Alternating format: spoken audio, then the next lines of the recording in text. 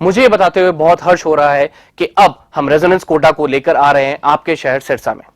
अब आपके बच्चे को अपने सपने को साकार करने के लिए आपसे दूर नहीं जाना होगा। आपको बस जाना होगा खैरका स्थित आरपी सीनियर सेकेंडरी स्कूल के प्रांगण में, जहां पर रेजोनेंस कोटा की फैकल्टी आपके बच्चे को ट्रेन करेगी भविष्य के डॉक्टर और इंजीनियर बनने में।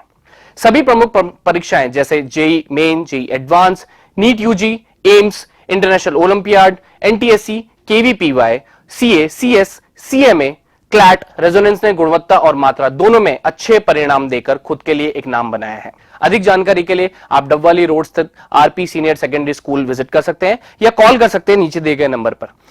अब होंगे सपने साकार। धन्यवाद। मैं दरबार कला का रहने वाला हूँ और मेरे इस पंचायत में वोट सरपंच के वोट न देने के कारण मेरे साथ सब कुछ हो रहा है जी। क्या हो गया? मेरे को एक तो मेरी जमीन अपना सकते, मेरी जमीन पर कब्जे करना सकते, मेरे गांव में सभी कणक निकल गई लेकिन मेरी कणक नहीं निकालने दे रहे। कौन? मेरे गांव के सरपंच जी संतोष बेनीवाल और उनके पति आपकी अपनी जमीन है? मेरी खुद की जमीन है, मेरे नाम है और मेरा ही मौके पर कब्जा है जी। और मेरे को जान से मारने की धमकी दे रहे हैं जी और कह रहे हैं कि तेरे को गाँव छोड़ना पड़ेगा, तेरे बीवी बच्चों को मार देगा, तेरे को लिखी है? बिल्कुल लिखी है जी, एसपी साहब को लिखी है, चौका थाना को लिखी है।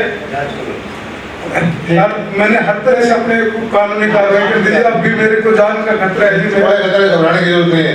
कोई कितना है बड़ा उनके लोग मेरे घर के आर-पार ही रहते हैं। कार्रवाई करेंगे। एसपी साहब एसएचओ खुद इनको फोन करके धमका रहा है कि तू तेरी कंप्लेंट वापस ले। कोई वापस नहीं लेनी, हमने डाल दिया इसको। मेरा नाम श्रवण कुमार है जी। अच्छा, जो आपने आज मुद्दे उठाए थे, क्या मुद्दे उठाए आपने आज? मुद्दो यो है जी, मैं हूँ गाँव दड़वा कला गाँव रेणालू जी और मेरे पास है जी कुल 1.5 एकड़ ज़मीन। ठीक है जी, और 1.5 एकड़ ज़मीन है तो बा ज़मीन सारे गाँव कणक काट लीजिए और मैंने ना तो कणक काटने दे, कोई मशीन वाला न जाए, कंपेन वाला न जाए। अगर कहूँ मैं भी अगर मैंने अभी कणक काटनी है तो मैंने फ़ोन करके कहा खेत में अगर कंपेन बांट दी है तो कंपेन का आग लगा देंगे। कौन करता है? कहा जी कालू ठेकेदार उर्फ नंदलाल बेनीवाल जी, जो सरपंच को पति है, वो कहे जी यह बात। और मैंने जानू मारने की धमकी देवे, मेरे टाबरान जानू मारने की धमकी देवे और गांव छुटाने की धमकी देवे जी। या कहे दिक्कत क्या है? मेन समस्या क्या है? मेन समस्या यह है जी, मैं पाछे सरपंच को इलेक्शन हो जी, मैं टाइम में सरपंच ने साफ साफ यो कहो जी, मैं साफ साफ यो कहो भी मैं सरपंची का वोट थाने कौन दूँ थे, मेरे साथ पीछे बहुत गलत करी है।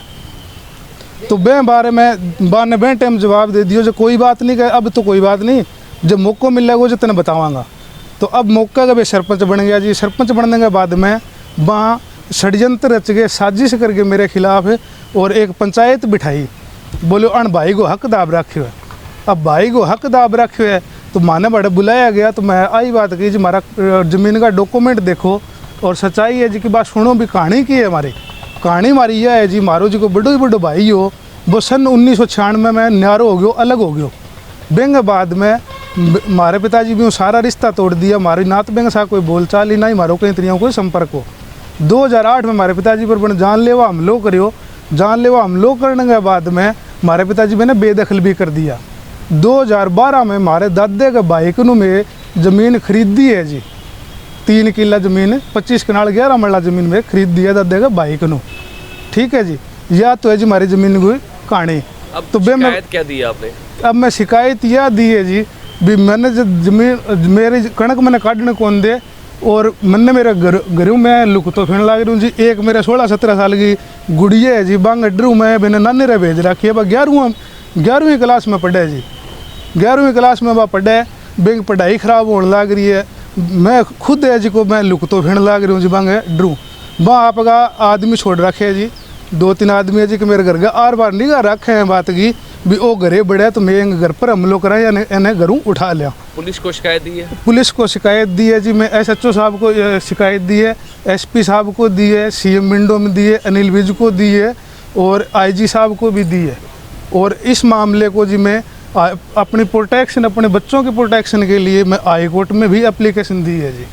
तो आपने सुरक्षा की मांग भी की है? सुरक्षा की मांग कर रखी है जी, लेकिन मेरे को अब मैंने 10 तारीख से मैंने शुरू की है जी एप्लीकेशन देनी, तब से लगा के अब तक मेरे पास किसी का कोई भी किसी भी तरह का कोई रिस्पांस नहीं है जी। ये शिकायत आपने दी कहाँ पे, कौन से एसएचओ को दी है? नाथुश्री चोपटा को जी, नाथुश्री चोपटा को शिकायत दी है जी। क्या कार्रवाई हुई आपकी शिकायत पर अभी तक? मेरी शिकायत पर कोई कार्रवाई नहीं हुई जी। कल की डेट में मेरे पास चोपटा थाना से 2 लोग गए थे जी, जो एक तो ऐसा ही था शायद, मेरे को पता नहीं जी, मैं नहीं जानता मैं इन महकमों के बारे में। 2 लोग गए थे, वो उन्होंने मेरे को फ़ोन करके बुलाया, अभी आपके खेत का मौका देख के आएंगे, अभी कब्जा किसके पास है। तो मेरे को साथ में लेके गए, मेरे बीवी बच्चों को मैं साथ में ले गया और मैंने जाके उनको खेत दिखाया। देख लो जी, मेरी सरा में मेरे खेत के आसपास किसी का भी कण खड़ी नहीं है, सब ने अपनी फसल काट भी ली और ज़मीन भी बा दी जी, सारा कुछ हो गया जी। क्या आप क्या चाहते हैं? अब मैं तो यही चाहता हूँ जी, मेरे बीवी बच्चों के और मेरी रक्षा की जाए और मेरी ज़मीन को कब्जा होने से बचाया जाए जी। पुलिस वालों ने वो चीज़ देख के खेत में ये कहा है, बोले तेरी ज़मीन पर तो किसी ने कब्जा कर ही नहीं रखा, हम तो सिर्फ तेरा कब्जा देखना है, बाकी और कोई कार्रवाई हम नहीं करेंगे। उन्होंने सिर्फ ये कहा है जी। तो मेरा तो आज जोड़ के विनती है जी, मैं तो इतना ही चाहता हूँ भी मेरी परिवार की रक्षा की जाए और मेरी ज़मीन कब्जा होने से बचाई जाए। अगर प्रशासन किसी तरह से अगर मेरे कणक भी कटवा देगा ना, तो भी वो लोग मेरे को जीने नहीं देंगे, ना ही मेरे को आगे बिजाई करने देंगे। देखो जी, ये जो इनका मामला है वो आपसी जैसे भाई भाई हैं, इन्हीं का जैसे मामला है। तो इसके अंदर जैसे ये 3 महीने पहले पंचायत हुई थी और ये ही जैसे पंचायत लेके आए थे, तो ये इसके अंदर ये है कि जो इनकी जो 3 किले ज़मीन है उसके अंदर जो एक भाई को ये हक नहीं दे रहे, तो उसका करके इनका जैसे एक भाई है उसको, जैसे इसके जो पापा थे ना वो दूसरे भाई के साथ रहते थे पहले, फिर इसके साथ आई जो श्रवण है इसके साथ, और इसने वो ज़मीन है अपने नाम करवा रखी है। तो ये इनका आपसी मैटर है। तो इसमें तो देखो, ये तो हमें तो सरपंच साहब को तो बीच में लेने का काम कर रहे हैं, और पंचायत हुई उसके अंदर अकेले सरपंच का फैसला नहीं था, ये पूरे गांव का फैसला है। आम ग्रामीण मेरे साथ बैठे हैं, आप इनसे बात कर सकते हो और जो जायज़ है वो बात बता देंगे, जो कुछ है उनकी। हम न्याय के लिए बने हैं और जो भी है गाँव है और मेरे आम ग्रामीण है, मैं उनके साथ कुछ गलत नहीं होने दूंगी, ना मैं कर। पंचायत का फैसला नहीं है, ये पूरे गांव का फैसला है और गांव ने फैसला किया था, उसके बाद में जैसे पंचायत ने फैसला दिया था। मैं ये चीज़ नहीं कहना चाहती, आज मैं सरपंच बन के बैठी हूँ तो मेरे पूरे गांव ने मेरे को वोट दिया है, और जो आज मैं सरपंच बनी हूँ तो आज श्रवण है चाहे और भी है, मेरे लिए सब बराबर हैं। और जो भी है फैसला मैं मेरे घर से जब भी कोई भी फैसला दूँगी वो जायज़ फैसला होगा, नाजायज़ फैसला मैं नहीं करके खड़ा करूँगी यहाँ से।